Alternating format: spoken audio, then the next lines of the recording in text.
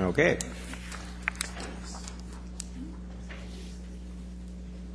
I'll call this public hearing to order. Good evening, everybody. My name is Richard Stewart. I'm the mayor, and on behalf of all of City Council, I want to welcome everyone here tonight to a public hearing that will be held into the bylaws that will be read to you in a moment by the city clerk and by staff. Council for the City of Coquitlam has given first reading to these bylaws and has asked for us to have a public hearing to get public input. First, staff will, from the city's Planning and Development Department, will present a summary of each proposed bylaw.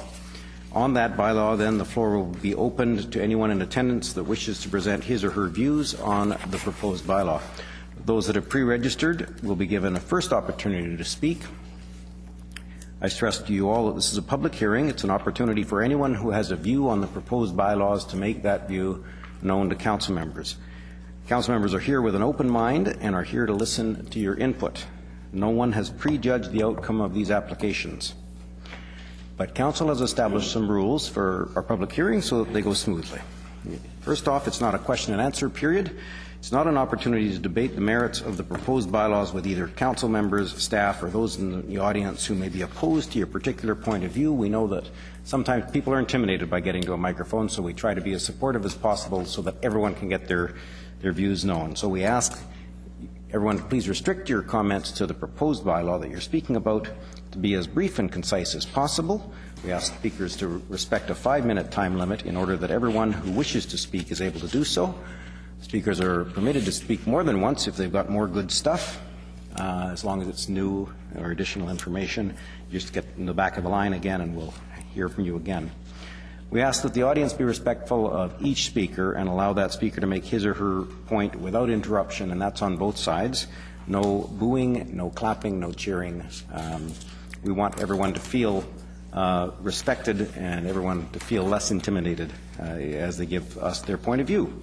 As chair of this hearing, I reserve the right to conclude any presentation that doesn't relate to the bylaw at hand, that becomes abusive, or that becomes repetitive of views that that speaker has already made known to council members. After we hear an item and close the public hearing for that item, we can't hear any more information or receive any more information about that item. So if you have something written that you want to be part of the permanent record of the meeting, you must hand it to the clerk's desk before we adjourn that item. After that item has been adjourned, we won't be able to get any more input until after council has made a final determination on the item. Immediately following adjournment of the public hearing tonight, a regular council meeting will convene in order that council can give consideration to items on the public hearing agenda as well as some other items on council's agenda. However, if during the public hearing council requests further information related to an item, consideration of that item can be deferred pending receipt of the requested information. I'll now call on Mr. Gilbert to introduce the first bylaw on tonight's agenda, and the Planning Development staff to make a presentation. Thank you, Your Worship. The first item on this evening's public hearing agenda is an application to amend City of Coquitlam zoning bylaw in order to rezone the property at 716 and 718 Morrison Avenue from RT1 two-family residential to RT3 triplex and quadruplex residential. This is bylaw number 4549.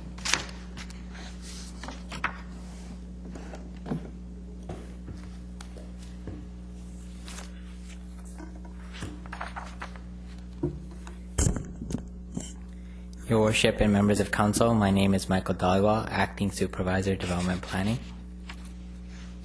The subject site is located within the Coquitlam Neighborhood Plan in southwest Coquitlam, located on the south side of Morrison Avenue between Dogwood and Robertson Street at 716 and 718 Morrison Avenue. The site is 826 square meters in size and zoned RT1 two-family residential.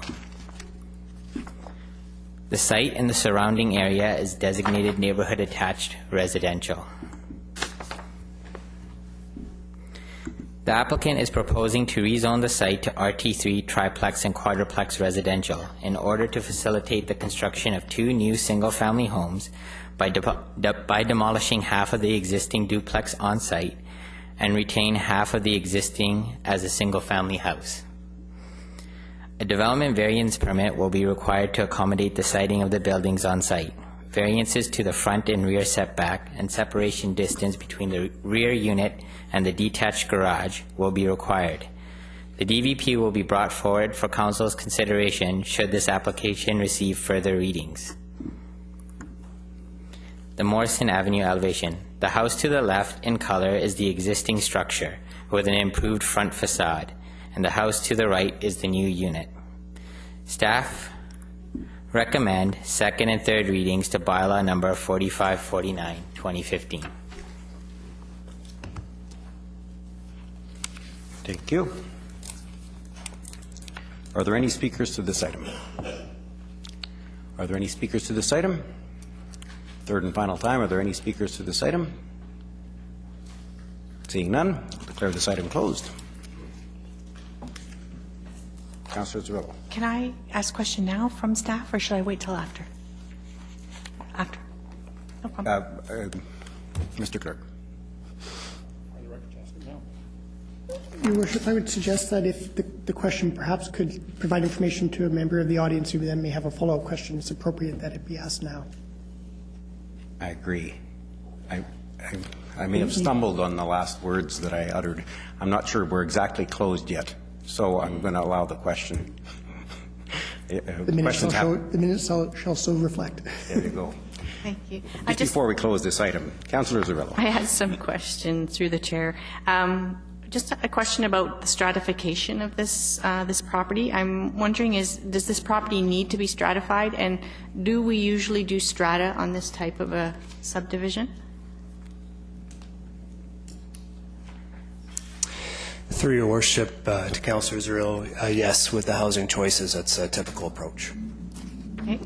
And I also had a question about the secondary suites. It talks about the fact that that secondary suites will not be allowed, but what are our checks and balances in place proactively to make sure that secondary suites do not appear in these two new dwellings? Okay, so we know, for example, there's no stairs, exterior stairs to the basement. That's one yes, of them. That's correct. Mr. Johansson. Yeah. Through your worship, to Councillor Zarrillo. Excuse me. That's correct. We make sure that there's no exterior doors. If there's a doors? If there's a basement to facilitate a suite or exterior features, and it's also not permitted in the zone. A secondary suite is not permitted in the zone, the applicable zone. And do we do anything in regards to the initial building plans where it might show that there is a quick kitchen downstairs or there's plumbing downstairs? Do we do anything that way internally here? Mr. McIntyre. Yes, thank you, Worship, and good evening, Mayor and Council. Good line of questioning, and now you're getting to the core of it. As explained by Carl, in both the physical layout of the proposed buildings and the zoning, secondary suites are not permitted. Should the rezoning be supported by Council and it moves ahead, there's a development permit issued, it then would get into the building permit process, and staff review those plans very carefully, not only to ensure compliance with the BC building code and our building bylaw and zoning bylaw, but if things in there are starting to look a little askew, that might be a space that could be converted to a secondary suite, we had discussion with the designer and the applicant. We monitor that through the construction process with the inspectors. If there may be concerns later, it could be the property could be flagged as well. So we keep an eye on that throughout the process, should the rezoning be supported by Council.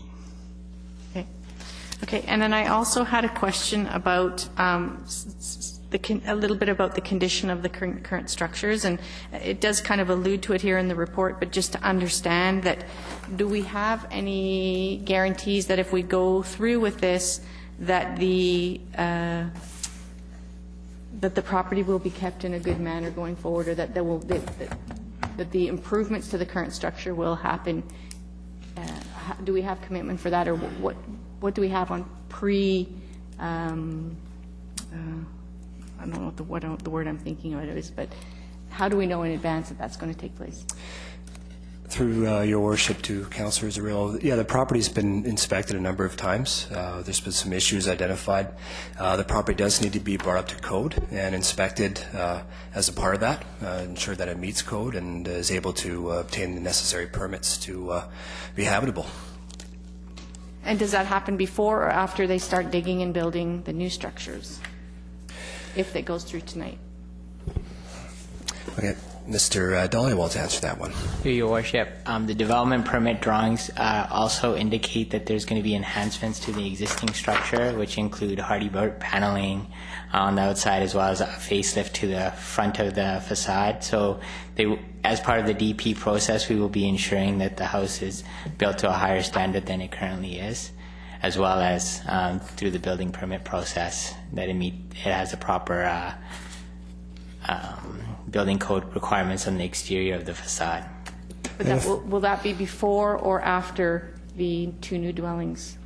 It would be all together as part of this application. If I can add, the building permit needs to be issued before they can do any work on the site. So that's where the plan checkers would take a thorough look at it and make sure it meets code. There's an estimated, there's quite a bit of enhancements that need to be made to the existing structure. So we'll be very mindful of that and be watchful of that through the process.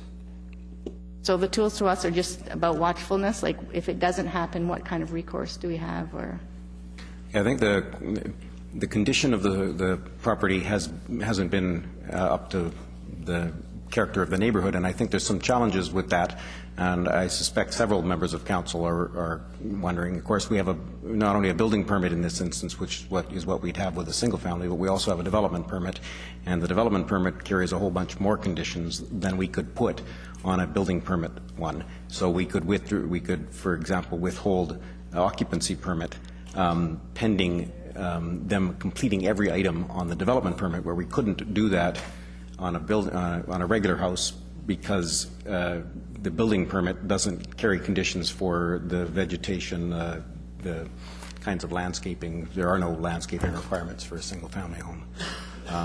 Hopefully that's... Yeah, no, that's great. Mr. McIntyre wants to add something. Mr. McIntyre. No, thank you, Worship. And precisely that, and Michael can just clarify it's not the case. My understanding, the DP is a package. As you said, it would be for the remediation and updating of the existing duplex to a single family with the new facade treatment and bring everything else up to code. And then along with that, the other part, so the DP package would be the 2 other units. So it's a total package for the entire site. And as I think Carl mentioned, it'll be covered off through a strata ownership. Okay, that's good to know. That's great, thank you. So then my other comments were just about the DVPs. I'm looking at number 3 and number 4. Both of them look like they're 5 feet or in excess of 5 feet variances on the DVP. I'm a little concerned about, that's quite a big variance, and this is one of the first on the street. Are we opening ourselves up to allowing quite large development variance permits as the street and the area develops with this one? I'm wondering what staff can share on that. Okay, I think Mr. Johansson. Yes, through your worship, Councillor Zerillo, if I may, housing, this is a unique site with an existing building, of course, that needs to be brought up to code with the addition of 2 new buildings. What this does here is it allows for that new detached garage to be built on this site with those 2 new units. It also allows for an adequate amount of outdoor space, and it also allows for the retention of the existing garage on the duplex that's there right now. And allows for the road dedication as well. So there's a number of factors that have played into this, and the typical separation, minimum separation between principal buildings in a housing choices zone is 3 meters. So we like to have the 6-meter separation in order to provide that outdoor space, but with this configuration of the lot being a little bit longer and narrower, with the placement of the buildings as proposed here, it attempts to strike a balance in that regard. So through the chair, I think what I'm hearing is it's the garage that's causing the DVP in point 3 and point 4? Yeah, that's part of what's driving it. You have the existing home on the east side, and you have the existing garage on the south end of that the duplex there. So then you have the detached garage just a little bit to the southwest. That's where the separation distance is a little bit less, 1.8 meters less. So if there was no garage, we would be okay though? Like, I guess I'm just wondering about the garage. Like, if the garage is the barrier, is everybody going to try to get a bigger garage and fit a garage on, and we're just going to end up with a bunch of people that are outside of the bylaws? Oh, good question. I don't anticipate that this is going to open up a series of variances. Again, it is a unique site. Having an enclosed garage and the apron there helps to park the site so that you have the, I think how many spots we have. I think it's 6 and 5 are required. So you have the 4 spots that are internal and a couple that are outside. Okay, thank you. Thank you through the chair. In fact, this was one of the mechanisms that we envisioned when we were contemplating housing choices. If we were able to retain a building, if we're not able to retain a building, it's of course you're a blank slate, other than retention of trees, in which case we might try to offer some variances to retain trees. In this case, we're trying to retain one of the buildings, which is good social from society's perspective, to see if we can retain a building. So that sometimes, I guess, means more flexibility on the variance side. Okay. I'll do it again then. Are there any other speakers to this item? Any other speakers to this item? The third and final time. Any other speakers to this item? Seeing none, I'll declare this item closed. Thank you, Your Worship. Item 2 on the public hearing agenda is an application to amend City of Coquitlam zoning bylaw number 3000 in order to rezone the property at 606 Alderson Avenue from RT1 2-family residential to RT3 triplex and quadruplex residential. This is bylaw number 4546. The subject site is located within the Low Heat Neighborhood Plan in southwest Coquitlam, located just west of Lower Low Heat Park between Highway 1 and Teneby Street on the southwest corner of Alderson Avenue and Teneby at 606 Alderson. The site is 805 square meters in size, zoned RT1 2-family residential, and currently has a single-family home. The site is designated neighborhood attached residential, and the properties to the north are designated compact 1-family residential. The applicant is proposing to rezone the site to RT3 triplex and quadruplex residential in order to facilitate the development of 3 units. 1 detached unit, Building 1, fronts onto Alderson Avenue, and 2 attached units, Building 2, are fronting Teneby Street.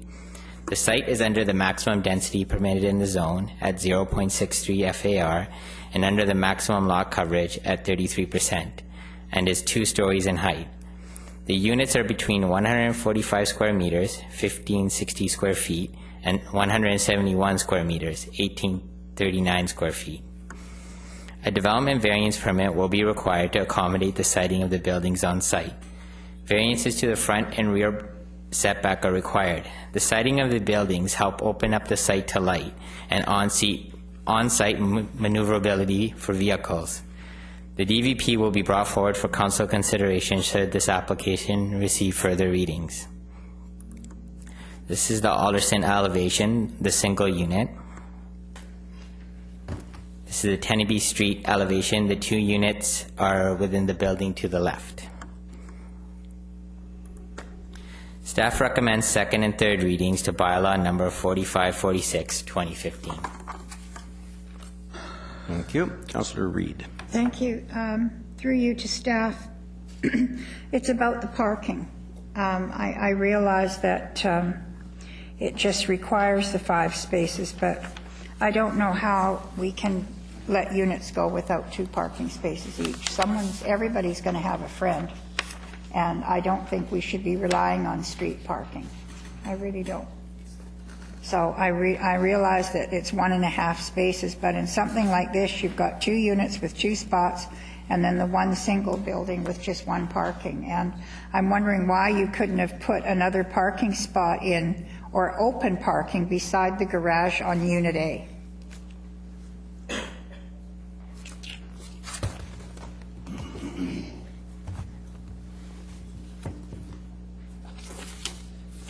Where it says P1 and right beside it, why couldn't there be another parking pad there so that each place has 2 parking spots at least? You're 1,500 square feet, probably you're going to have 2 people living there at least. Your Worship, I know this question's come up before with the housing choices projects. It's true that the bylaw currently requires 1.5 spaces per unit. In these sites, it gets a little tight and challenging, if you will. This has gone to a sort of a unique, innovative design, bring a driveway into the back and sort of an auto court with parking off it in the interior. The frontages could be cut up with further driveway and parking slips there, but in the end, I guess this was the solution that was felt to be reasonable. In terms of parking with the housing choices, I know it's a project we got on our to-do list, is to go back and now we've had housing choices for a number of years, several years, and just to check up on that program and what's being built and how it's sort of meeting the goals and the objectives we'd set out for that program, and if there's concerns as well, such as parking. So it's something we can take away when we get a chance to turn our minds to that project review. But in this case here, this application does meet the current bylaw requirements. Well, so the answer is they can't put a parking pad there beside P1? I guess I'm asking because I'm not going to continue to build roads like we're doing up in the Northeast for parking spaces for folks to park on. Instead, they have to have something on their lot. I mean, everybody brings all these forward. We're now into the housing choices, and I agree we need them and we need smaller places. But what I keep seeing is, oh, well, there's 1.5 cars. Well, no one drives half a car anyhow, except for the little smart cars. They're kind of cute. But if everyone doesn't have one of those, what are you going to do with your cars? And everyone says, oh, well, there's 20 parking spaces out front. And then the next application comes along, there's 20 parking spaces. We're going to overuse the parking spaces, and there is no parking spaces after 3 or 4 applications. So I have difficulty with this one, and because the units are a good size and they can accommodate a family. So don't put one garage, because then we're just going to have everybody parking on the street, or as Councillor Hodge says, they'll fill out the garage with soccer balls and park 2 cars on the street. So there we are. I'm done. If I may just further comment just on the grade coming with the driveway coming off of Alderson, looking at a potential for parking there. The grade's a little bit tough, and it is a unique site. I know we did look for ways to try and park the site and make sure it's maneuverable. And there's also some areas where we looked for the cars to turn around. And if we put in a parking pad there between the 2 buildings, that would impact the outdoor space. And I know there was concerns about the maneuverability inside there. And if you actually compare that auto court to a lane condition, it's very similar, where you have if you have 2 garages, one facing south and one north, so to speak, with an east-west lane, the distance there between the 2 is about the same. So we did look at it thoroughly. I hear your point about the on-street parking. In this area, there are some frontages that do not have driveways on them, and further down Alderson, there's also some rather lengthy frontage here that could probably fit 10 to 12 cars. So I hear what you're saying, but it's a tough site, and we did look at that. Thank you. Councillor Zurillo. Well, my question was also related a little bit to parking, but more to the setback there. So we're losing about 10 feet of setback. Is that, through the chair, would that be correct for this variance from 10 meters to 7?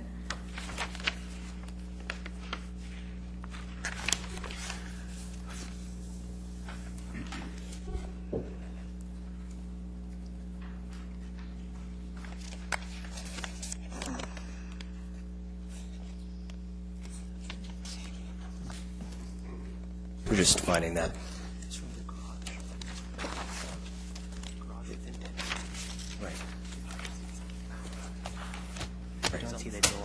Right.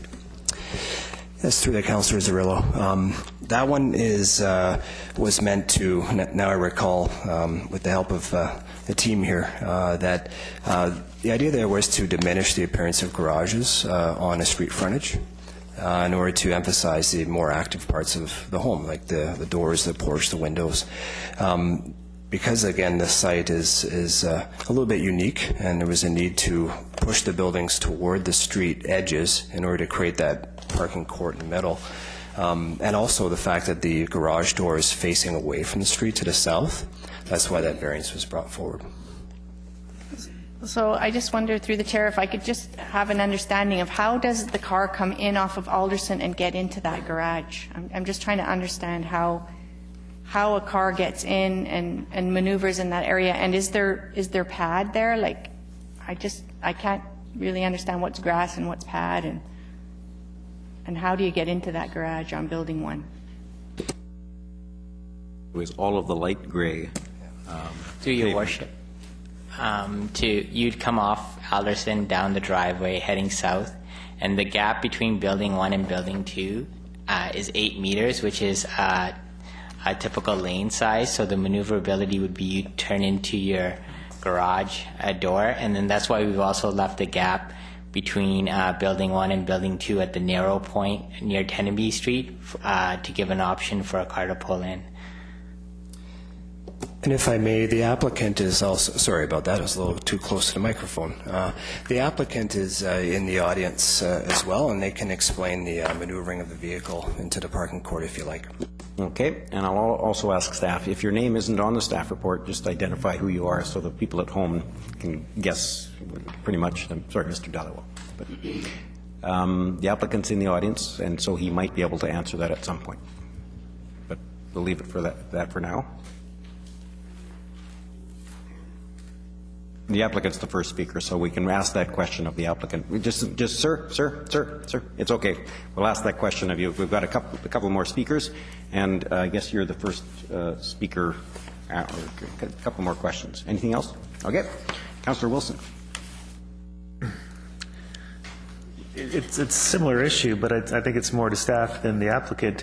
When I look at the parking shadow study, for the driveway that Councillor Zarrillo was talking about, there's the driveway, then there's a 3-meter sort of a setback because people aren't supposed to park 3 meters before your driveway, and then we have a 9-meter length between that and the stop sign, or where the stop sign would be. So you can't park there anyways. So is there a reason why we don't just make that driveway another 5 or 6 feet wider to the east and put a garage door facing north so that you could drive straight in, you could park in that driveway as well as in the garage, because we're not saving any parking spaces, it seems to me, by this configuration. Is that correct? I just wanted, I guess, want an explanation why we don't do that.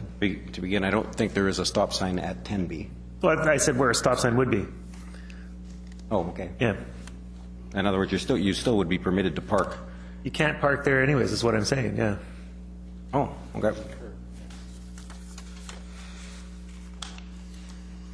When this first came up, I was told, well, it was to try to save some parking on the street. But I don't think you can park on there anyways.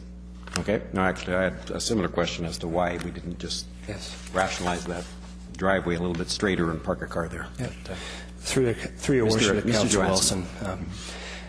Yeah, again, it's the with the driveway there's a certain maximum width, and if you exceed that, then you have to look at varying that provision.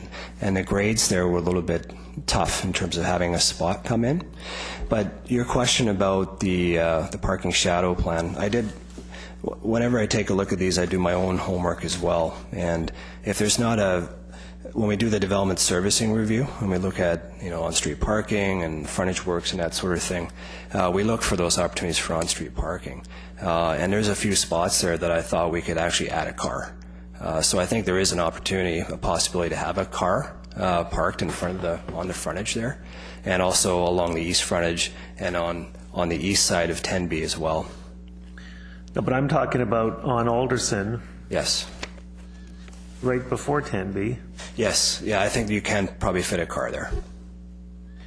So you potentially could fit a car there, but if you made the driveway 5 feet wider, you could definitely fit a car in that driveway. and you could drive straight into the garage. So why don't we allow the garage to face north? Yeah, good question. Again, I think that it's related to our design guidelines for driveway letdowns. Typically, they're 4.5 meters wide. This case would probably be a little bit wider, and my understanding is that the grades were a little tough to come into a garage. And the idea was to, also from a design point of view, if there was an ability to have an internal parking court, to have the garage door oriented that way and have the building pushed up a little bit would be the best approach for this site in terms of what's being proposed. So the way the building will be sited, the garage is just much lower than the road, and so it would just be too much of a grade. That's my understanding. Okay, I understand that. But I guess in my mind, this isn't really a driveway. This is almost like a lane. So would the 4.5 meter letdown regulation matter in this case? But if it's the slope, then I guess that's why it is. Okay, thanks. Your Worship, if I could, there's been a lot of questions here around the parking, and it's a difficult site. Some thoughts on the orientation of the garages and maybe widening out the driveway for additional parking pads. Good suggestions there. That's the sort of thing, if the zoning is supported by council, we could take that back and look at that through the DP process. And if I can add to that, there may be an opportunity to actually add another parking pad between the two buildings, but we'll have to look at how to adjust the outdoor amenity area. So between building 1 and building 2, there's a turnaround area, but that could be a parking pad, but we'll have to prove that out. If you lose that as a parking pad, does it affect the circulation in the area as well? Okay. And another question from Councillor Reid. You know, housing choices are great, and we're doing a good thing when we have to densify by doing them. But if we're going to have rules and regulations, and every housing choices lot comes up needs all these development permits, then we're not doing the right thing. I think that we can densify a community, but we can't overcrowd it. And I'm seeing a lot of the housing choices come in here where we're giving away, I think Councillor Zarillo said 5 feet here and 3 feet here and 10 feet here. And if they're getting to that point where we have to give up so much of the lot, then we better go back to a duplex and not a triplex or whatever we're building. We're going to have to modify our housing choices. Because if we keep doing this, we're going to have the rest of the city not wanting housing choices in the neighborhoods, and that's not right either. So I have difficulty when we have so many things that we have to give up. And parking being a big one, we've already learned our lesson on Burke Mountain. Okay. That's it for council's questions. We have a list of 3 speakers, beginning with the owner, Jeffrey Chalisri, who's at 4808 Chesham Avenue in Burnaby. Fulfills the name and address requirement. Oh. Sorry about that. Good evening, Mayor and City Council. My name is Jeff Chalisari with Casimir Projects Limited. I am the owner of the subject property. A couple quick notes just on the parking that Councillor Reid mentioned. The one parking stall, or the empty space between the 2 buildings, we initially proposed that as a parking stall as well. Transportation mentioned that we should delete that as a parking and use that for maneuverability. We did complete a full maneuverability study with that parking stall in between, and there was no problems with it, but we were still told just to delete that parking stall. If we can go back to transportation, and if they're still okay with that parking stall, of course we can add that in there. Between the 2 buildings. Yeah, so they originally wanted it, but our staff didn't. Yeah. Sorry. The other item about the parking in building number 1 coming straight off of the street, the biggest issue was the grade. So it's too steep of a slope to get in. So the actual door the height just don't work out. So that's why we had to come around with the interior courtyard.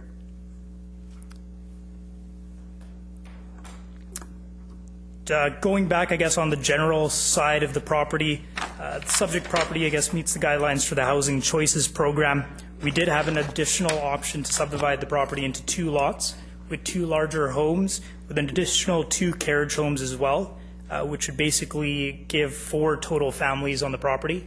We decided that for this particular site, a smaller 3-home development would probably fit the area a little bit better. There is a small detached home, of course, on Alderson and a duplex fronting 10B. Like I said, in this scenario, we would only have 3 family homes as opposed to having 4. For the FSR for the development, we are allowed a maximum of 75%. We did not meet that maximum. We're only at 63%. So they're much more modest in size than what we're allowed.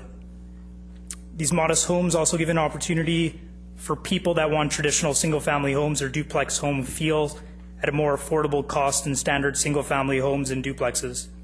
It also gives an additional housing choice for those not wanting to go into townhomes with underground parking and apartment complexes. 4 off-street parking is actually required from our understanding, but we provided 5 parking spaces. Several options were looked at for the parking scheme, as mentioned previously. The maximum off-street and on-street parking was achieved with the proposed design that we proposed. There's one driveway coming off 10B, which we mentioned, and then another driveway coming in off of Alderson, which is the interior driveway. Again, we couldn't allow for the driveway having straight access into the first parking stall into Building A or Building 1 because of the grade elevation.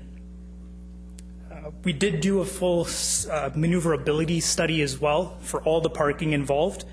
We had sufficient space. Also, like I mentioned previously, the one parking stall in between Building 1 and 2, we had no issues even with our maneuverability study that we completed. Sufficient private outdoor amenity space was also provided for each unit. The required is about 37 square meters per unit. We provided 78 square meters, 54 square meters, and 44 square meters. Most, if not all, of the hard spaces are also being done with permeable pavers. Off-site improvements along both frontages on 10B and Alderson will be completed, along with a 3 meter by 3 meter corner cut for road dedication. As for building quality and materials, we are going to be using hardy plank siding throughout, low-E windows, high-efficiency plumbing, and high-efficiency lighting fixtures, just a few items that we just wanted to touch on. Overall, the proposed project is a good example of the Housing Choices Program as it fits the area and provides prospective residents and other housing options for their needs. If there's any additional questions, I can answer some of them. Okay. Councillor Wilson. Sorry, I tricked you there. So have we changed our regulations about the slope of driveways? Because I've walked up and down some pretty steep driveways, much steeper than I think this lot. So have we changed the regulations about that? I don't want to keep harping on this, but it just seems odd to have to pull in and back into a garage, do a 3-point turn to get into garage. For the grade to actually be a little bit more usable, we would have had to actually push back that garage a little bit further back, which will actually go into that courtyard that we made. So then again, the maneuverability would be a little bit more difficult for the 2 parking stalls for Building 2. So it would close in that area. If you have to move the garage back, I understand that. Yeah. Sorry, 1 second. Yeah. Yep. Through your worship to Councillor Wilson, my understanding is my tenure here in this role, we haven't changed the slope. I don't recall a change to the servicing the subdivision and development bylaw in that regard. There may be some historical anomalies or non-conforming situations, but we do have a standard in our bylaw that we use in order to make sure that it's safe and vehicles aren't bottoming out and that sort of thing. Okay, that's fine. Thanks. Okay. Thank you very much. Our next speaker, Richard Coulombe. Monsieur Coulombe. Oh, I didn't see him. Okay, we'll move to Christopher Ariazza, 607 Alderson. Good evening. My name is Christopher Ariazza. I live on Alderson, 607, right across the street. And I'm opposed to it because right now parking is pretty hard, and the grade there is quite a bit. So when they back out, there's going to be a bit of a problem because there's a stop sign on Gilby, but people run it quite a bit straight through without stopping. And I've asked to put to reduce those round or speed bumps, but nothing's been done. You know, things like that. I have children. I have 3 children that have to cross there to go to the park.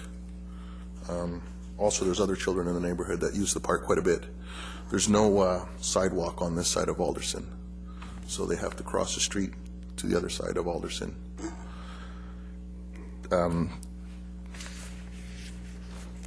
So also, the height too is, my living room is right there, so I will have to look at buildings, I guess. Yeah, so I don't really agree with it. It looks kind of not too much space, pretty squishy. And yeah, I don't think it's good for the neighborhood. So, I don't know. Thank you. Thank you. Councillor Hodge.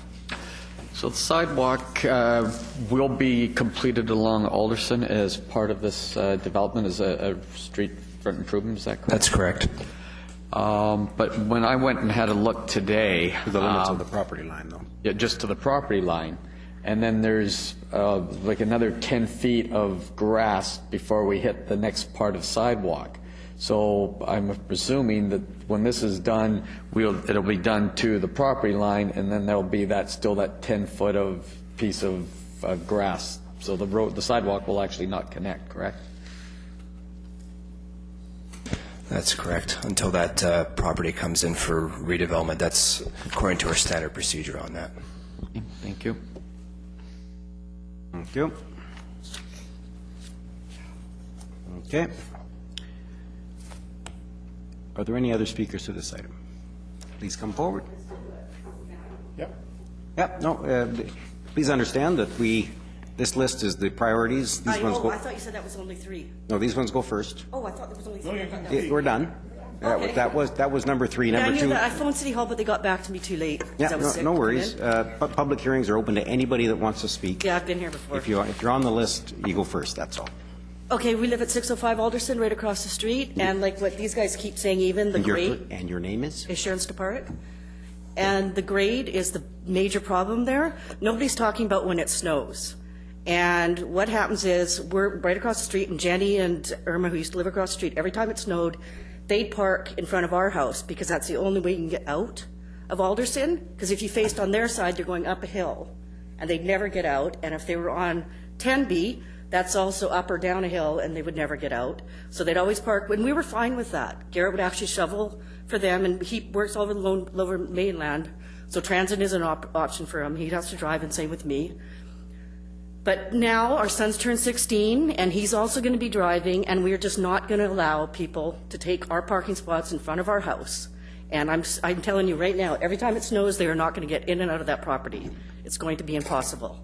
And what my neighbor said also, it's that street, ever since the city went in and replaced all redid the road and everything, everybody discovered it was a good cut through to avoid going all the way up North Road to Lougheed Highway. So they ripped through our neighborhood, and actually you go there in the morning and the evening, and it's a rush hour with cars, like he said, whipping past through the stoplight sign. And there's a park, little kiddie park right across the street, the same side as the street where they want to build this house, and without the sidewalk going along there, they have to cut earlier. And I can't see any cars being able to back in and out of there in the morning or in the evenings. There's no way they're going to get onto Alderson. It's literally non-stop traffic. So honestly, and if it snows, there's no way they're getting in and out of that property at all. That's why Jenny always used our side and Irma, and we didn't mind. But now we have a motorhome in our driveway, and we're not allowing people to use it. And one more thing, and please bear with me, okay, I'm a little nervous here, but every time a new house gets developed in our neighborhood, the contractors, I don't recognize these contractors, but we were terrorized for 4 years when a guy actually, Nate, I remember you tried to stop some of the development he was doing across from the park there. For 4 years, he was throwing cases of roofing tax and brand new cases onto the roads of the properties he wanted. They were throwing jars of ghee on our driveways for broken glass, full 6-packs of coolers, bags of blueberries to strain our driveways. We came to City Hall, the whole neighborhood did. Every Saturday and Sunday morning, we'd be out picking up all these, like thousands of dollars worth of, like hundreds of dollars worth of tax and that, but it would cost us thousands of dollars on tires. And what happened was, a friend of mine's a reporter in Vancouver, and he was doing a story out here, and he had time, so he came by my house. So the news van was parked, and he came in to have coffee with me. And of course, we come out, and all the neighbors are there going, "Yay, you finally got the news to come out about this problem," because City Hall wouldn't do anything. The RCMP said it's just teenagers. Teenagers don't go at it for 4 years, and they don't throw full bottles of booze on driveways. Anyhow, and I said, no, actually, he's a friend of mine who's visiting, so we told him the story.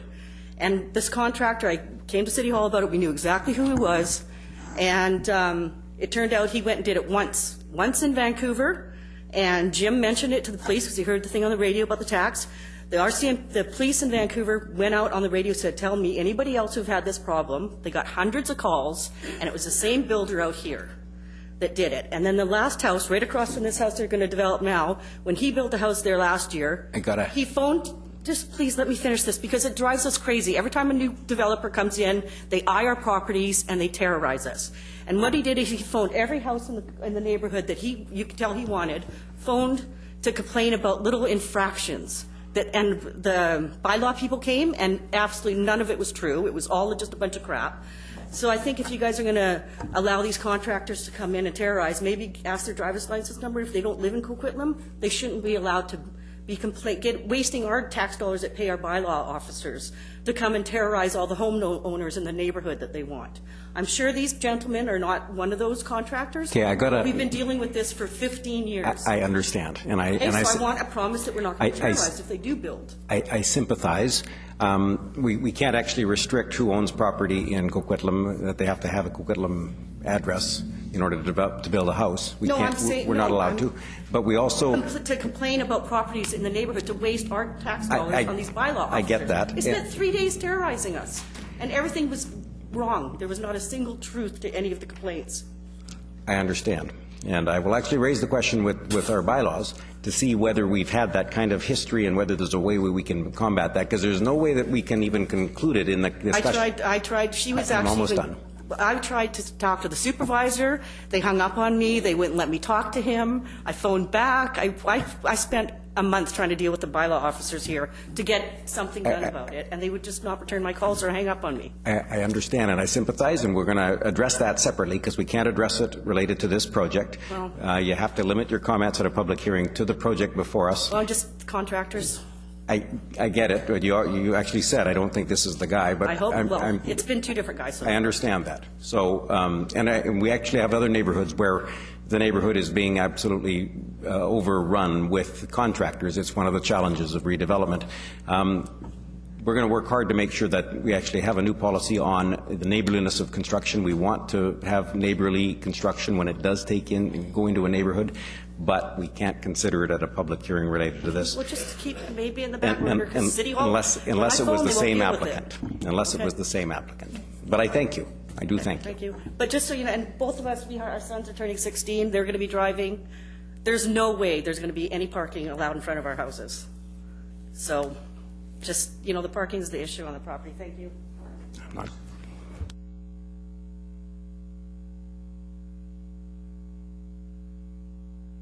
I do want to make sure everyone understands that the space in front of our house, the space in front of my house doesn't belong to me. It is a public street, and that's one of the challenges we have as well. We can't assign those spaces to anybody. So in any case, is Richard here yet? Richard? No. No, I don't see him. Are there any other speakers to this item? Any other speakers to this item? The third and final time, are there any other speakers to this item? Seeing none, I'll declare this item closed.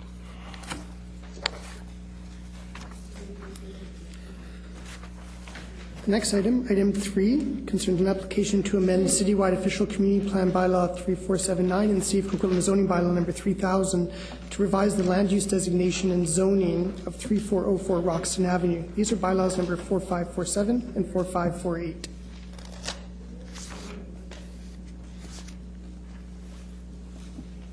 The subject site is located within the Lower Hyde Creek neighborhood within northeast Coquitlam.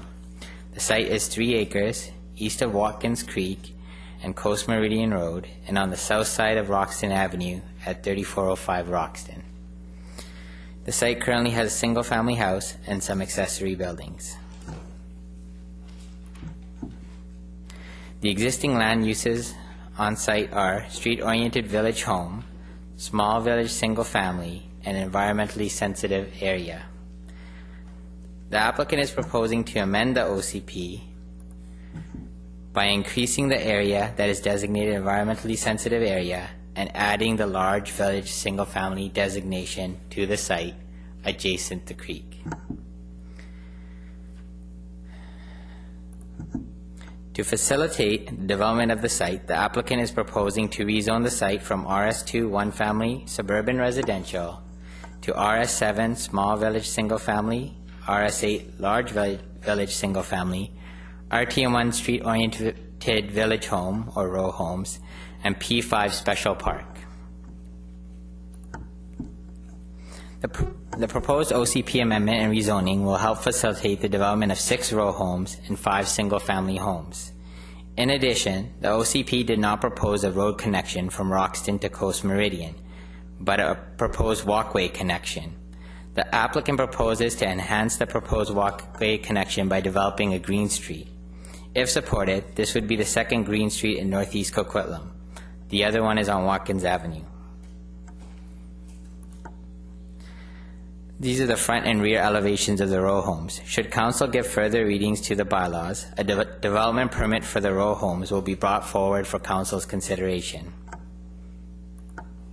Staff recommends second and third readings to OCP Amendment Bylaw 4547-2015 and second and third readings to Zoning Amendment Bylaw 4548-2015.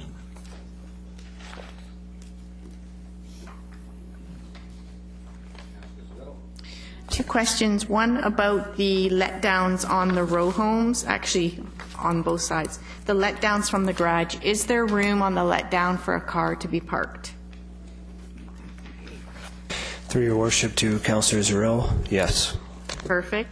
And then my other question was, I didn't see any DVPs on this one. Are there pending DVPs? Through your worship, at this time there is no proposed variances. We are working with the design to add some articulation to the row homes, so we might set 2 units a little bit closer to the Green Street, just to add some articulation and break the 6 units up, and that might require a small variance to the front yard setback, which would be brought forward with the development permit application. So is small less than 3 feet, more than 3 feet? We're working with the applicant right now. It would be less than 1 meter if we do create an articulation. Thank you. Thank you, Councillor Hodge. So Roxton currently goes through, is that correct, to Coast Meridian? Through your worship to Councillor Hodge, physically there's road pavement that goes through to Coast Meridian, but right now it's bollarded off with a couple of no posts at the where the lane comes out there. Okay, so it used to, but it's not now, or it was never That's built. correct. It was never built to road standards. It was just historically. That's right. Connect. So that will come up. It will be greened. It'll look like the one up on Watkins. That's correct. Yep. Good. Okay. Thank you. Thank you. Are there any speakers to this item? Are there any speakers to this item? The third and final time. Are there any speakers to this item? Anybody at all? Saying none, I will declare this item closed. Mr. Clerk. Thank you, Your Worship. The fourth item on the public hearing agenda is an application to amend the City of Coquitlam zoning bylaw number 3000 in order to rezone the property at 515 Austin Avenue from RM5 multi-story high-density apartment residential to RM6 multi-story high-density apartment residential. This is bylaw number 4550.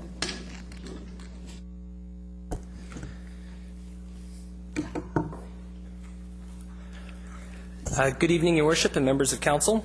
My name is Chris Jarvie, Development Planner for the City of Coquitlam. I'm here tonight to present a rezoning application at 515 Austin Avenue. The property is just east of the intersection of North Road and Austin Avenue on the north side of the road and is currently vacant. The site is currently and has been zoned RM5 multi-story medium-density apartment residential since 1989. At that time, the Council of the Day approved a rezoning application and a development permit to permit an 18-story apartment building. The applicant at that time did not follow through with the construction, and the DP has since lapsed. However, the site has remained zoned RM5 since then. The RM5 zone permits buildings between 8 and 20 stories with densities up to 3.5 times the lot area. Zoning to the east is also RM5.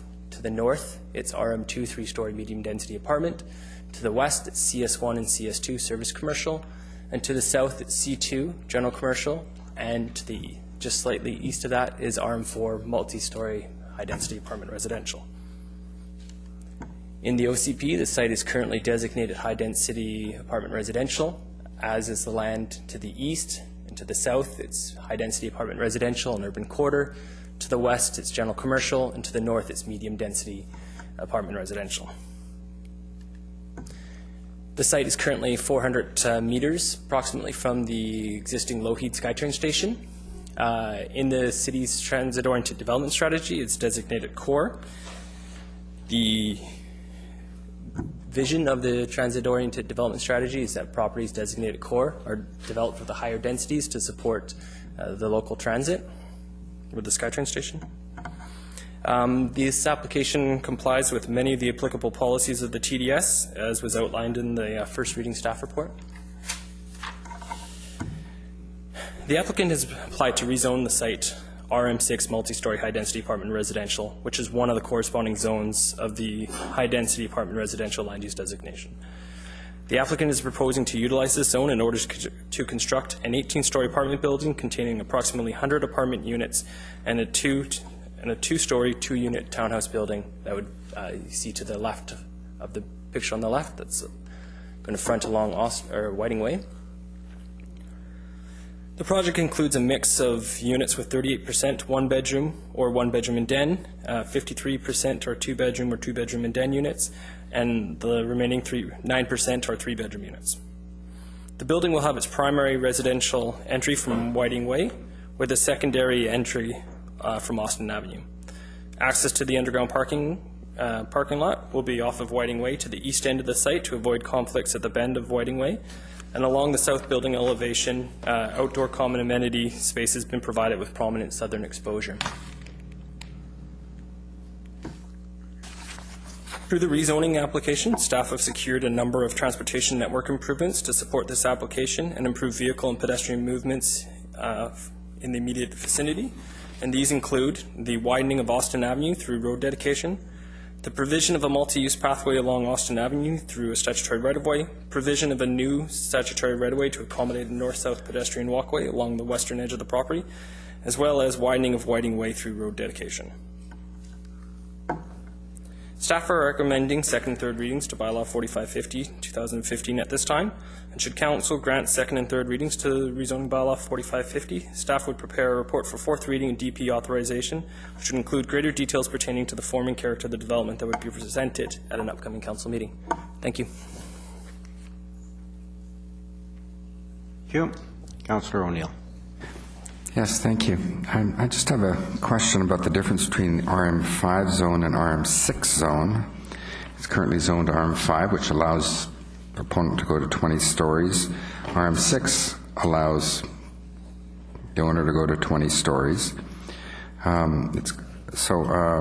Is it because there's this two-story, two-unit townhouse building attached? Is that why it's RM6 allows that and RM5 doesn't?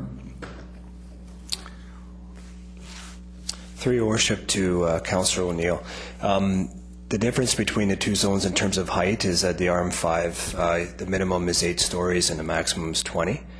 And in the RM6, there is no height limit. And townhouses are allowed in both zones as a part of a podium. And the apartment units in those applications have to exceed the number of townhouses. Okay, the little cheat sheet that your department provided me says that there is a 20-story limit for RM6, and a 20-story limit for RM5. I'm just wondering why we're going through this rezoning. I don't quite know what the applicant gets in RM6 that the applicant doesn't have in RM5. There's no height.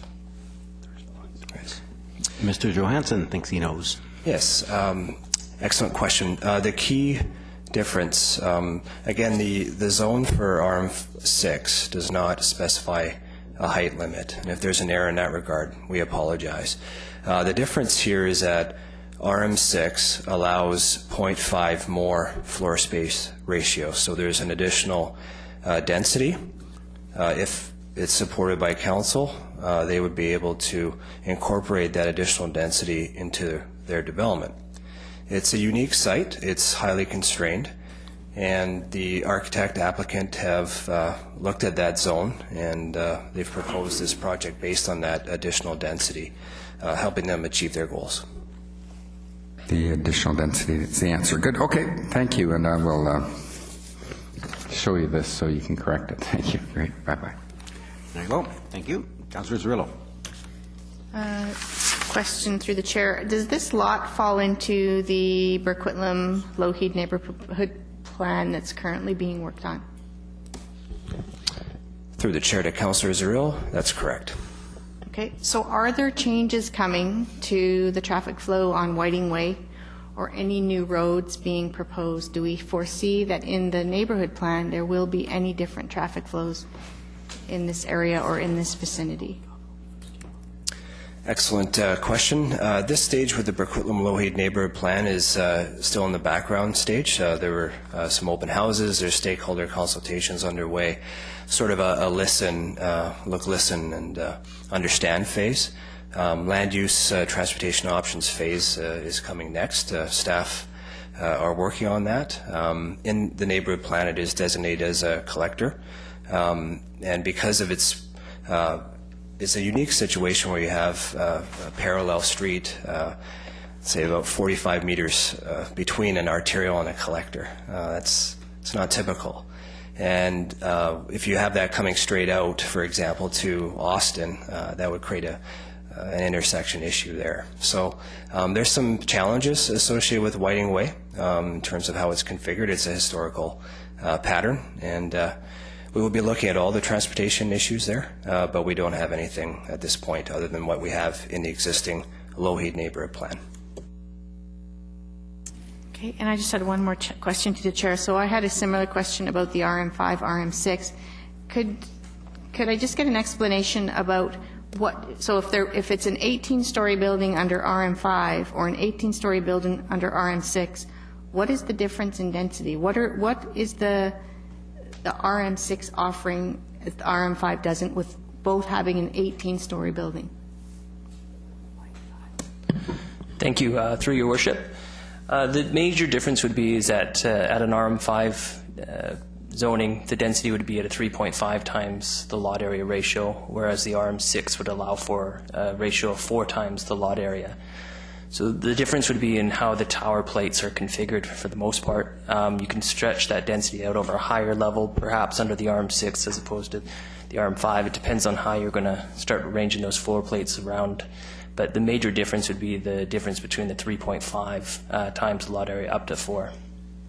So sorry, but through the chair, what does that mean in relation to the size of the unit, or what does that control? I mean, it can't control how many people live in there, but it has to do with the size of the unit. Like, just explain to me how that maybe plays out on how many units per floor or something like that.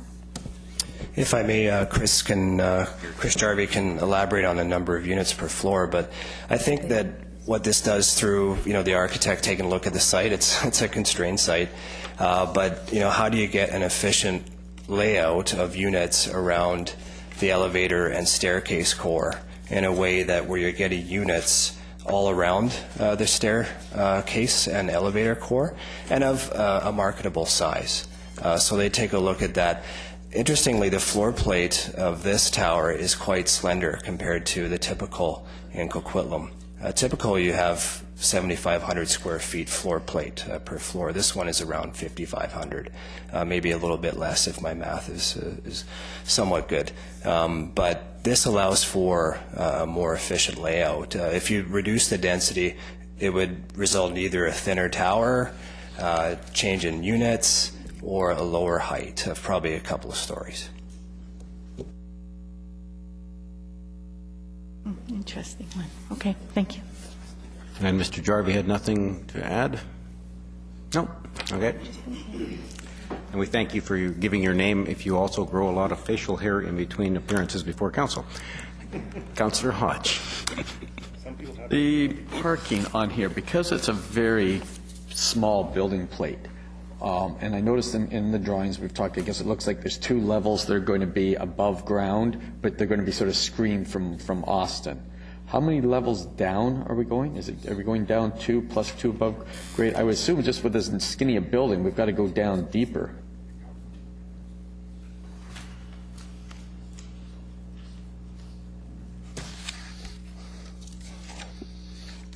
Or does the interior parking extend underneath? Chris is just going to the relevant drawing. Thank you. Once again, through the chair.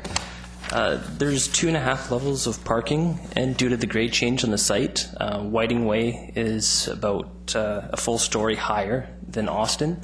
So the parking is coming down from Whiting, and the way it sinks down, there's going to be all the parking will be below Whiting, and at Austin there'll be about full story of parking that's going to project up near the back side of the property, or near the north side. From the Austin elevation, there'll be 1 story above parking, which will be sort of hidden or screened, and that's what we see.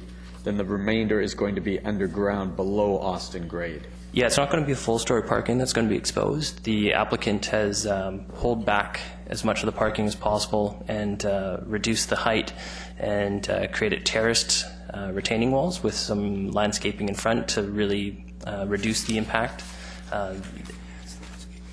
Right. Yeah, and through the DP we'll be looking for some enhanced landscape to help soften that transition. Soften the front.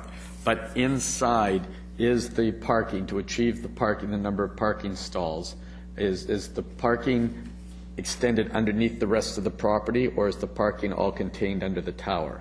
And if so, how many floors down does that go?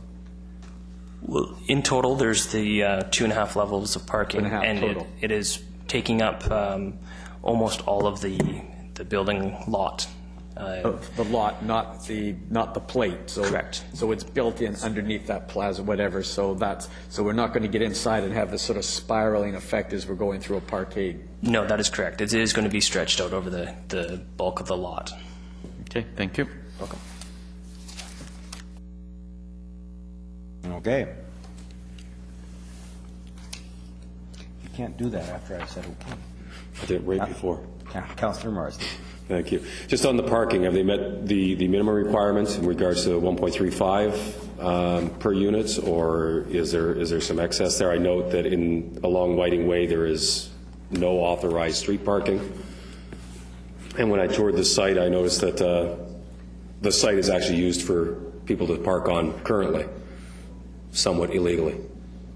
So, are we meeting the minimum, or is there a little bit of surplus there? Thank you. Through the chair, the applicant has provided all the parking with and is requesting the 5% reduction in exchange for transportation demand measures at that location.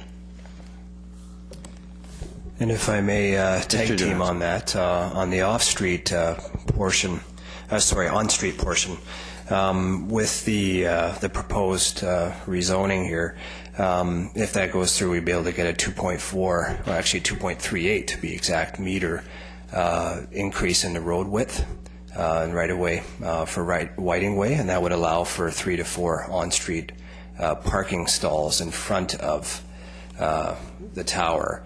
And as you go around the corner north along Whiting, there is on-street parking allowed there as you go north, as it turns north.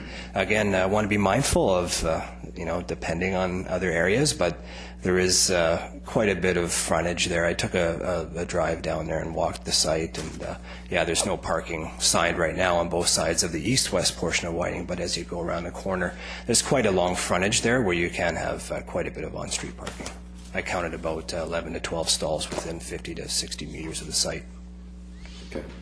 So the request then, typically I believe it is 1.35, is it not, is the norm? And the request is a 5% variance?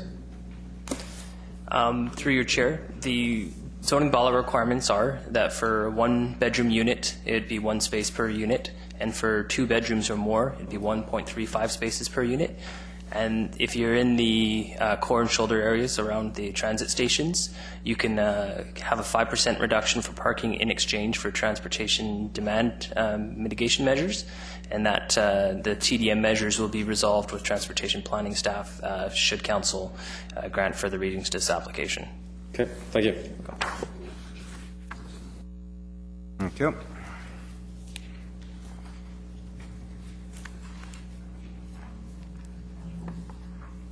Okay, that's it for council. First speaker is the architect, Chris Stikiakos. He'll pronounce it better than that. I know. Good evening, Your Worship, members of council. My name is Chris Stikiakos of Chris Stikiakos Architects, and we're happy here tonight to present this proposed development to you. So I'll go through briefly some of the surrounding area. How do you click forward? Okay, there we go. Thank you.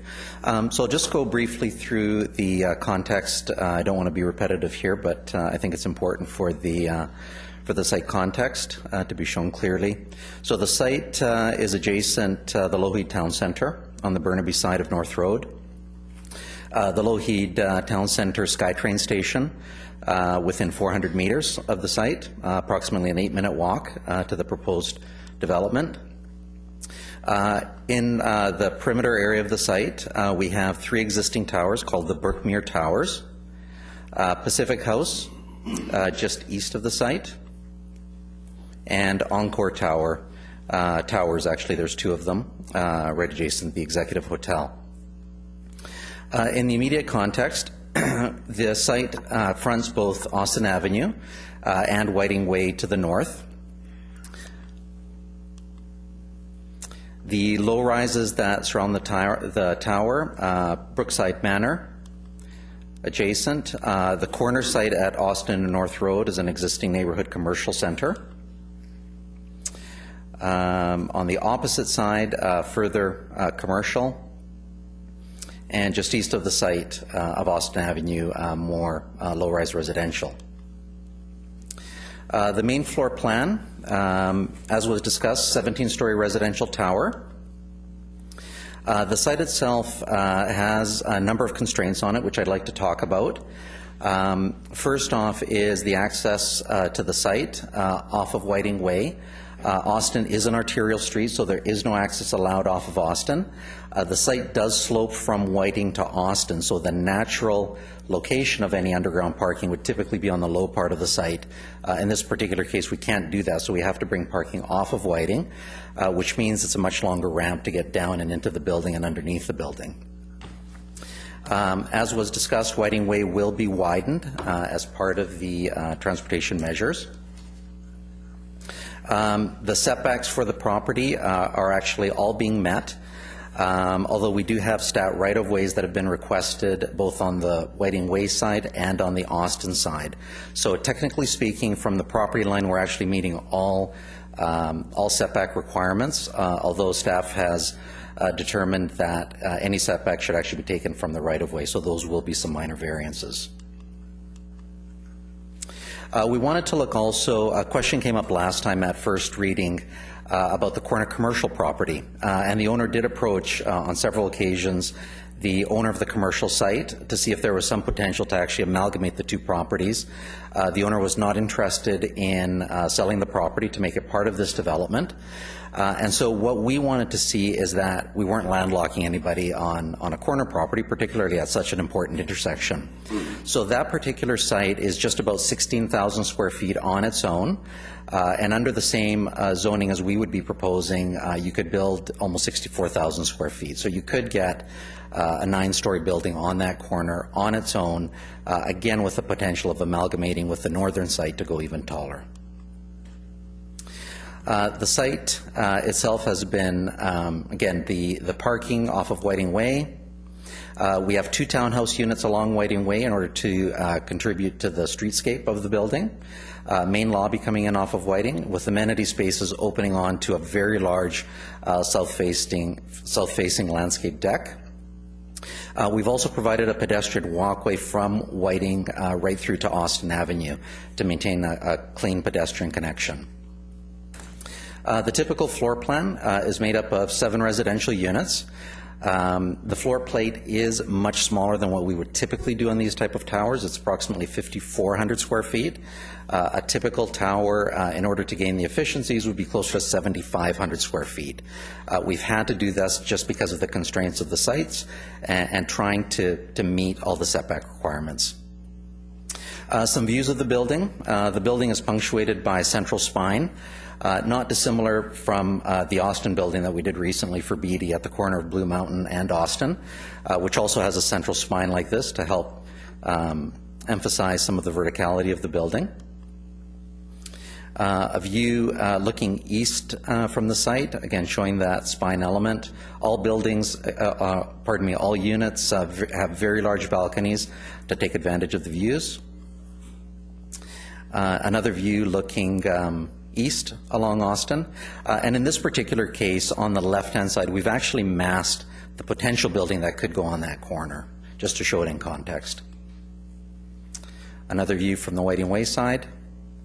Some of the materials of the building. So the base of the building will be an upgrade with some stone, spandrel glass on the building face, and painted concrete with steel canopies.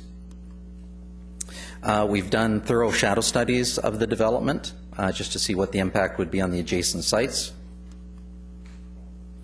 And this again was just a further study that we did looking at what would happen if the site were actually to be amalgamated with the corner property. So currently we're at, I'm going to correct myself, we're actually at 5,800 square feet on the typical tower plate. If the site were to be amalgamated with the opposite site, in order to maintain all the setback requirements, you'd end up with a building of about 20 floors and an 8,500 square foot floor plate with a significantly different width. So the building as we're proposing it is 91 feet wide. If we were to amalgamate the site and maintain a similar height, we would be about 132 feet wide, so about 40 feet wider, and a much bigger impact on shade and view through from Whiting Way. Landscape on the building, again, a very lush landscape treatment above the parking of the building. So again, a unique situation where a lot of the podium is landscape for the use of the residents. And again, just to clarify, the parking itself extends above Austin for about a half level, closer to the east side of the site, and then tapers almost to zero. So again, we've done our best to reduce any impact of parking above grade as much as possible. Just some images of precedents and materials as to how that south landscape deck will appear. And I'd be happy to answer any questions.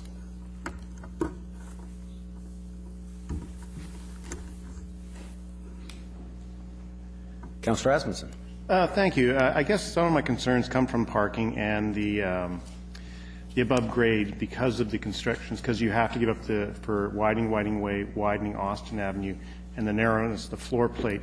I am concerned about the exposure of the parking garage on this and the entrance. Now, what's the grade of the entrance, even at the lowest point coming off Whiting Way into the parking garage? It is on the lowest point of Whiting. But what is the grade? From a typical, it's steeper grade in, isn't it? To actually get into the underground parkade? I can't remember offhand, but we do have maximums that we would typically work with. So normally we would have a transition of approximately 20 feet at a 10% grade, and then from there we would slope down into the building at up to 15% grade. Okay. And I think I was one of the people that asked you, and I don't know if it's myself or Rita, about the amalgamating of the two properties there. And I know you showed a picture there of previously of the building, what you could build, but you could also even stretch that because you really weren't into the other extended property there. Would that, if you had the other properties there, the other property, would it functionally make access in and out of the site better? Because that's one of the concerns. Whiting Way, yeah, that big curve comes down there. There's limited parking there because people are parking illegally quite a lot of the time. It's quite parked up as it is now. And the traffic coming out, there's going to be a major internal collector for high-rises that will go up North Road in the future. So when I look at that bottom curvature down there and where you're at, I'm looking at functionality. And just being an architect, if you were to ever, I know it's not your thing, but would it create, my question is, would it create a better access in and out and parking structure? No, we didn't bring it, but we tried laying that out. And because that other property actually is directly west of Whiting Way, it wouldn't help access into the site. It's actually the highest point of the site.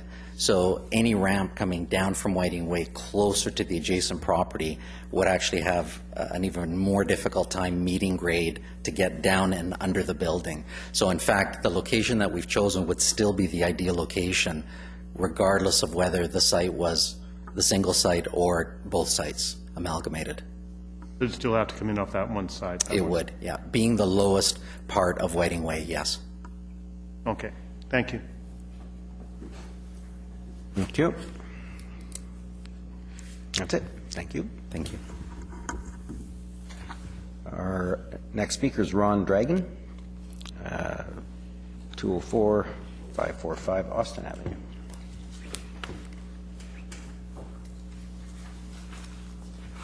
Your Worship and Council, my name is Ron Dragan. I'm representing Strata 3059, which is Brookmere Towers. It's a 276-home complex on Whiting Way. We have three 21-story high-rise towers at the east end of Whiting Way, which exit onto Whiting Way about 20 yards from the light, the traffic light at Whiting Way and Austin Avenue. We also have a 36-unit, 4-story low-rise, which abuts the subject property on that property's east side. I'm sorry. So our properties are on high-rises are on one side of Whiting Way, and our low-rise unit is on the other side. Now, we have no issue regarding the rezoning or whether this building should be there or not. It seems logical on so many fronts. What we do have an issue about is the traffic congestion, which we're anticipating is going to take place on Whiting Way. When I was originally going to come here to speak, it was going to be regarding the proposed property under discussion. And then in a visit to City Hall last Friday, I found out that there was an application before the city now filed last June for the construction of a 28-story high-rise property on Whiting Way, 2 properties north of the subject property. So that has just exacerbated the concern our council has had regarding this property. And as has been mentioned, the access to the subject property and the other one that's under application can't go on Austin Avenue or North Road because they're both arterial roads, so all the traffic is going to be on Whiting Way. And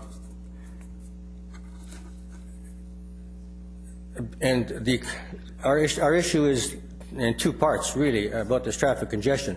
One part is during construction, because when my wife and I moved into Brookmere Towers 3 years ago, Whiting Way was a relatively quiet street. I was interested here to hear this evening that it's a collector street, but it was reasonably quiet.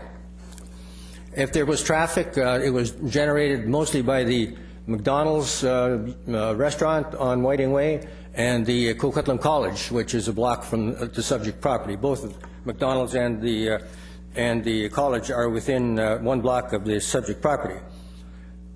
Well, when the SkyTrain construction started, things changed on Whiting Way. Many commuters found that a shortcut and a way to avoid the congestion at Austin and North Road was to take Whiting Way. And evidenced by that is, I mentioned that our driveways for the towers are about 30 yards, no, maybe 20 yards from the light at Austin and Whiting Way. My wife and I were out walking at 4 o'clock this afternoon, and there were 13 cars lined up on Whiting Way to get through the light at Austin Avenue. We have about 4 or 5 car lengths from the light at Austin Avenue to our driveway from our 3 towers. So now, even today, in order to get out of our towers and get onto Whiting Way, going into the light at Austin Avenue, we have to force our way into the traffic because it's backed up way from there. And that's today. That's before these 2 towers that we're talking about are going to be constructed. And I think that what we're looking at is possibly, it looks as though these 2 towers may be under construction at the same time. The one under consideration here, plus the other one that's been in the works since last June. And if that's the case, and we have these lumbering, slow construction trucks going up and down Whiting Way, the only thing that we can foresee is gridlock. And so this is where our concern is. I heard reference from a gentleman over here that a transportation study was going to be undertaken. What we would like to see is some comprehensive look be taken at the whole subject of traffic flow around up and down Whiting Way. It may be a collector road, but there's really only one entrance from Austin Avenue, and then the exit is farther down Whiting Way to Foster or Cameron. So we think that the only mentions in the report that I saw regarding transportation are the widening of Whiting Way a little bit, widening of Austin Avenue, and putting in that walkway at the eastern end of the subject property. And we think that's got to be expanded exponentially to deal with traffic problems. Mr. Mayor, that's it. There you go. I bet you it's not, because there's going to be a question or two from Councillor. Councillor O'Neill. Yeah, it's not a question for the presenter, but for staff. Now, can you explain again why why we don't have a traffic study now? What is the situation with the plan for a traffic study here? I think normally we would see a traffic study parallel to an application like this.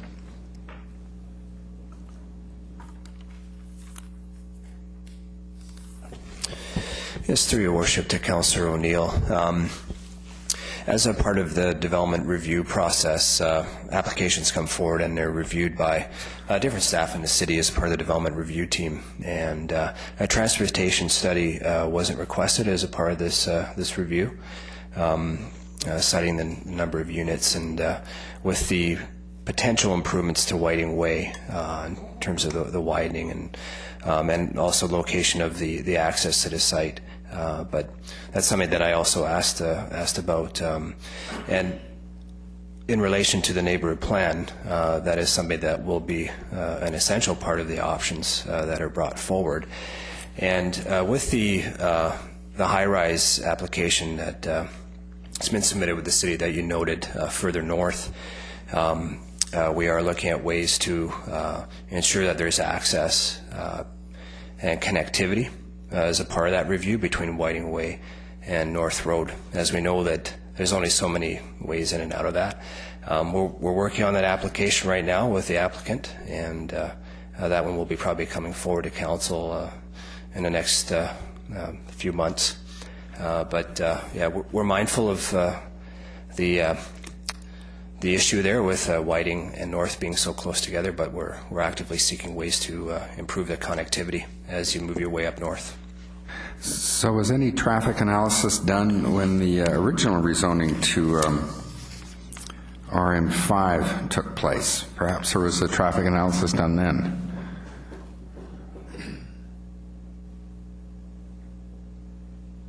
Does anybody know? Mr. Mayor? I don't.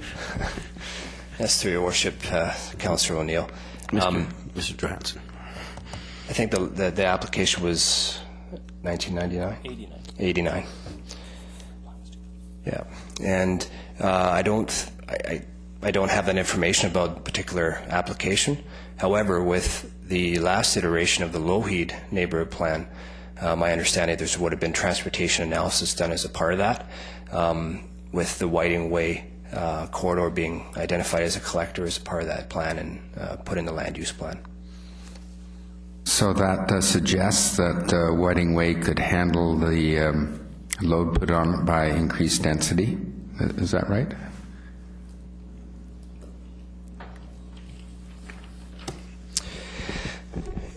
As the land uses are in the plan today, yes.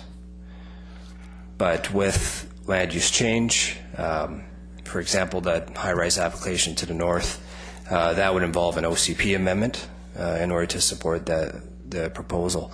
And with those increases in density, you have to look at opportunities for improvement to the transportation network. And with the TDS as providing a guide for development along the North Road corridor, that also provides a guide for the Coquitlam-Lougheed neighborhood plan update, and improvements to the transportation network will be a critical part of that. So, am I interpreting what you just said correctly, that staff feels that with the planning that's taken place to date, that it is confident that Whiting Way can handle the additional load as it is put on it by this proposed new tower, because this proposed new tower's land use has been foreseen for quite a long time.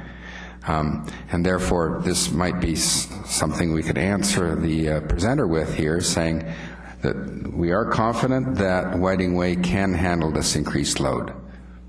Is that correct? My interpretation basically correct there? Your Worship, if I could, yes, that is correct.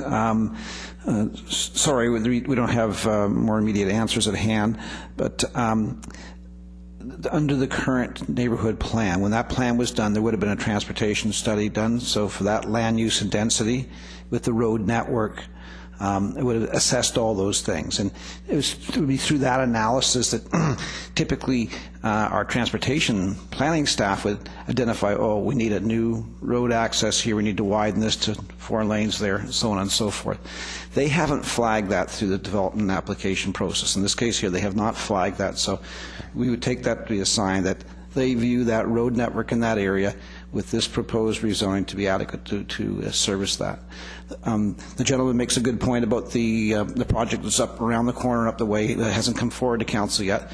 We would, when that one comes forward, we'll want to look at that very closely. And as Carl said as well, the updated Coquitlam-Lougheed neighborhood plan, as we found in other areas in this neighborhood, council may recall, further to the north, we've had some challenges around basically evolving a community going to higher densities based on an older road network, an old road system that needs to be expanded, more connections and that. So again, and I do appreciate the comments around the traffic congestion at that intersection there at Austin.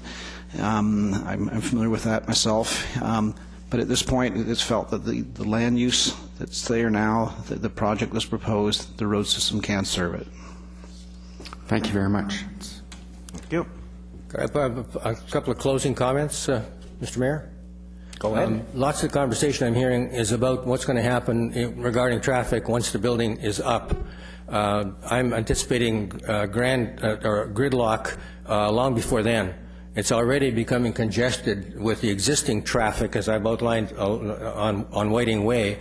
But when the construction starts, especially if we end up with 2 high-rises under construction at the same time, we are going to have gridlock. There is going to be with slow lumbering cement trucks and construction vehicles and so on going up and down Whiting Way, it will be absolutely impossible to get up and down there. I'm absolutely sure. And one last little point, because of the issue around the grading of this particular subject property, it's been said that the entrance to the parking garage was put as far east as possible to minimize the grade going into the building. That's true, but what that does is put it right immediately next to the exit from our four-story low-rise unit right next door to the east, which is the exit from that garage is right at the west end of our property to abut the east end of the new property. They're going to be side by side, so I can see these cars exiting at the same place and having a few fender benders. So, last shot. No, appreciate it. Councillor Wilson. I just had a question for sir. Mr. Sir? Dragon. Sorry, sir. Right here. Yeah, thanks. You mentioned that the traffic on Whiting Way has gotten a lot worse since the Evergreen Line construction started. Assuming that the construction will be finished in about a year, do you think that the people that are using that as a shortcut will go back to using North Road? Well, I don't know. They may be scared away by the construction, especially if that other tower gets underway also. But I don't know. I mean, maybe they would rather stay away from that intersection. It's got to be one of the busiest intersections around, North Road and Austin. They'd rather stay away from there and just have a nice light route up and around all the way over to Cochrane and Cameron. Well, I know it's been extremely challenging during the construction, and I think people were trying to do everything they could to avoid it. So it's really unfortunate that it's impeded on your street. But my sense is that once the construction is finished, those people will go back to North Road. I'm pretty sure. Yeah, I personally, in our council, wouldn't be concerned about the new building, what happens after the new building is up, because then the traffic of people coming in and out of the building is not going to be that much of a problem. Yeah. But when another high-rise goes in there and the construction, I think it's, I can see what I'm really looking for, our council will be looking for is for the staff to put on their thinking hats and say, well, how can we mitigate this traffic congestion during the construction period? Maybe we need some local area only intersections. Maybe no right turn onto Whiting Way off traffic coming down Austin from the east, or some. This is not my area of expertise, but maybe there should be some sort of a plan to deal with things from this point forward, not waiting until the building is finished. Okay, well, we'll put that question to Mr. Johansson as to whether the traffic analysis that has been or will be taking place will include that, Mr. Johansson. Yes, through your worship, we want to make sure that we're respecting the existing residents, existing neighborhoods as change occurs. And so we got a couple of comments in that regard. Chris can provide some details about our construction management plan approach that we have here in Coquitlam. Thank you, Mr. Johansson. Through the chair, it's an excellent point brought up by the speaker.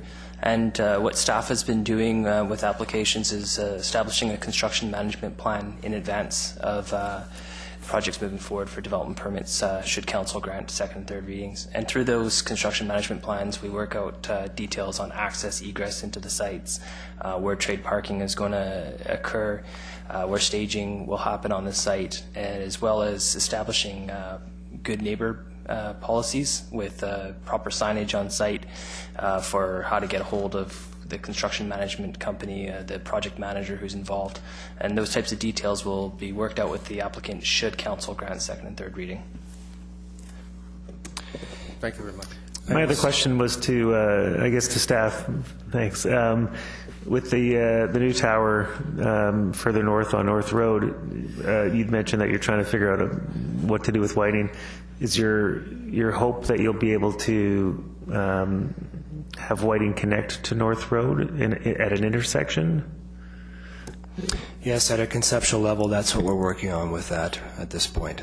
Yeah, to try to get a connection between Whiting and North, and the lining up of the intersection geometry is something that we're working on right now. But we're definitely looking to do that. And that could be even further north than the proposed tower, but just somewhere between That's correct. Austin and Cameron, for instance. Yeah, and then there would be another intersection further north to that. Right. So we'd be able to start to get that grid connection. And one thing I didn't mention too is that, with the 2002 Lougheed Neighborhood Plan, the transportation analysis there also incorporated what effect rapid transit would have in terms of moving people and cars and that sort of thing. I want to be mindful about local traffic impacts and want to make sure that we're thinking about the existing residents as well. But with the rapid transit corridor there, that will hopefully relieve some of the traffic congestion in that corridor. Thanks. Thank you. Councillor Zerillo. I just had a quick question about the townhouses, actually, the two townhouses there. So it looks like they're facing onto Whiting. So I'm just wondering, I asked this question a lot of times, but what about addressing? Are we addressing those two townhouses on Whiting and the tower on Austin, or how are we accommodating these two townhouses as far as their location geographically on the map? Thank you, Councillor Zillo. Through your worship, the addressing will likely for the tower be on Whiting Way, given that that's where its principal entrance is. The tower will be on Whiting? The tower will be on Whiting, given that's where the principal entrance is, and there'll likely be supplementary addresses for those townhouses. So on Whiting's Way, yeah, as well. So through the chair, we would lose 515 Austin as an address? That stage of detail hasn't been determined yet. There'll be a number of addresses that would be available for that tower, and through our addressing procedure, we could look at some of those things. Okay, and I'm assuming, I'm looking at this, I don't see any access, I don't see any basements. There's not going to be any basements in these townhouses? That is correct. It's a two-story above the underground. Okay, so we're looking at three separate addresses then on Whiting. That is correct. There might be, a letter number such as 515A or 515B, whatever address it comes to. But each one would have its own address would likely have its own address on Whiting Way. Okay, thank you. Okay. And just to note that given that the front entrance is on Whiting and there's a 515 Whiting Way to the north as well, we keep that in mind, and because fire rescue uses that as the entrance to the building, so that's where the address will be coming from, off of Whiting. Yeah. An ambulance showing up on Austin Avenue wouldn't be able to access the building. Okay, and Councillor Asmussen. Thank you. Through the staff and maybe to the applicant, being in close proximity to SkyTrain and the changing, is there a possibility of a car share, or is the site not feasible to provide for a car share to reduce the vehicle need within the building?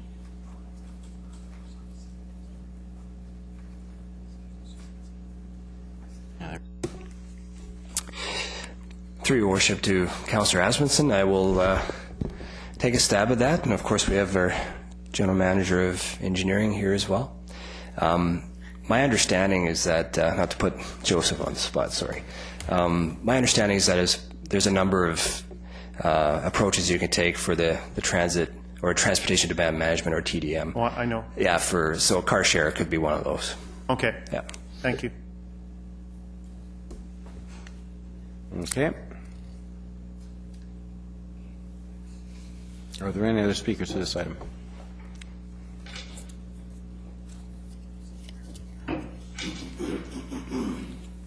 Good evening, Mayor Stewart. Council, thanks for the opportunity. My name is Ben Craig. I live at 639 Elmwood Street, and my question is with regard to community amenity contributions resulting from this this project, if there is any, and if we've got sort of a running tally on what that account looks like right now in terms of total CACs and any projections sort of going forward on that. Okay. You want to try that one? Who's Mr. Jarvie? Thank you, Your Worship. The applicant has volunteered to provide the CAC contribution for the application, and it's $173,518. Your Worship, in terms of the tally, we're actually, coincidentally, we're doing a report right now, doing some analysis on that. I don't have that exact number in hand, but I think just in general, it's picking up speed in terms of the collections. We try to flag that in our reports and the rezoning applications coming forward in the Coquitlam low heat area of late, so Council has a bit of a sense of what's coming in, or what's being committed through these rezoning applications. It's probably in the range of several hundreds of thousands of dollars right now at this point, but we are just doing that analysis at this time. And just a quick follow-on question. So when is the check exactly written for CACs? Is it at development permit, or is that building permit, or when does the money change hands exactly? Mr. Johansson? Mr. Jarvie. Thank you, Your Worship. The CACs are paid prior to fourth and final reading. Thank you.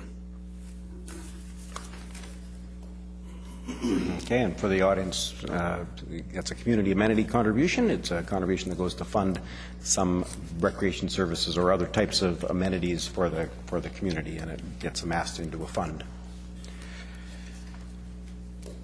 Okay. I actually have a question for the applicant. I wonder if you could come back up. I'm curious. You've done work in Coquitlam for some companies we all know. Who is the applicant here?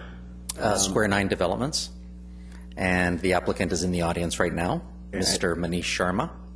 I don't know them. We're looking at the issue of the neighborliness of construction and those sorts of things, and there have been issues with, well, for example, right now there's a really great, well-known developer that seems to be managing his relationships very well in the neighborhood, although he has had some impacts on the neighborhood. He's managing it well, and we are conscious of those sorts of things, and some questions have come up about the way in which development would proceed. I don't know, are there successful projects that we can point to, or?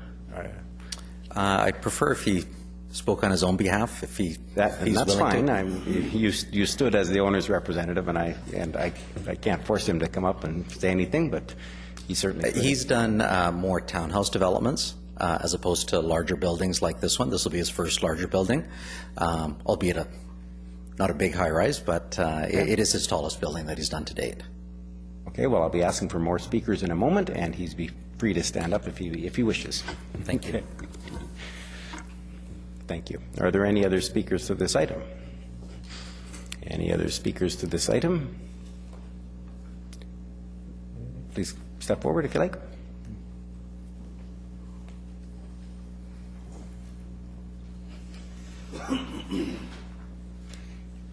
Mayor and Council, I represent LMS 1044, which is Brookside Manor, which is 515 and 523 Whiting Way. I don't want to repeat myself, so I think that everything is here. We are opposed to this. I think when everybody bought, we all thought that it was going to be a 4 to 5 story complex across the street from us. I actually look right onto that property, so I live on my balcony, and that's what I look at. I watch a lot of accidents happen on that corner. I phone the city, and they've actually come and put out signs, but the traffic is crazy. Like, I can count 75 cars in 5 minutes on lining up on that street. So it is going to be a problem. I don't know about the widening. I don't know anything about the engineering end of it. But it is going to be crazy on that street. It's going to change everything on that street for us. Between the SkyTrain and then learning about the 22-story complex going up around the corner, change is happening everywhere, but this is not what we were all expecting, I guess. So we are against it, and that's what I wanted to let you know. And there is no parking. I don't know how it's going to widen at all, to be honest. And they're already talking about, sorry, I didn't quite hear the word properly, but the tower is already restricted, they're saying. I just can't believe how it's going to be that tall, and you also have 2 townhouses beside it. It's nuts, but anyway. Okay, I didn't catch your name for the record. My name is Karen McFerrin. Kara McFerrin. Thank you very much. Did you need the address, or? You said you... 102, 523 Whiting Way. And by the way, it's numbered wrong there. It's back to front, so 515 is actually 523, and 523 is 515. We'll have someone fired immediately. Okay. Do I leave these copies with you? I was That able would be to fine. get You honors just to hand them to Laura sign. there. Thank you. You guys decide amongst yourself which one it'll be, okay?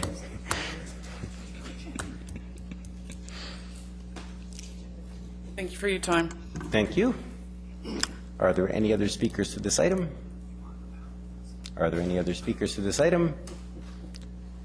The third and final time, are there any other speakers who want to speak to this item? Seeing none, I'll declare this item and the public hearing closed.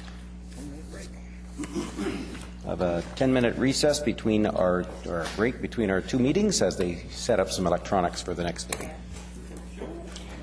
We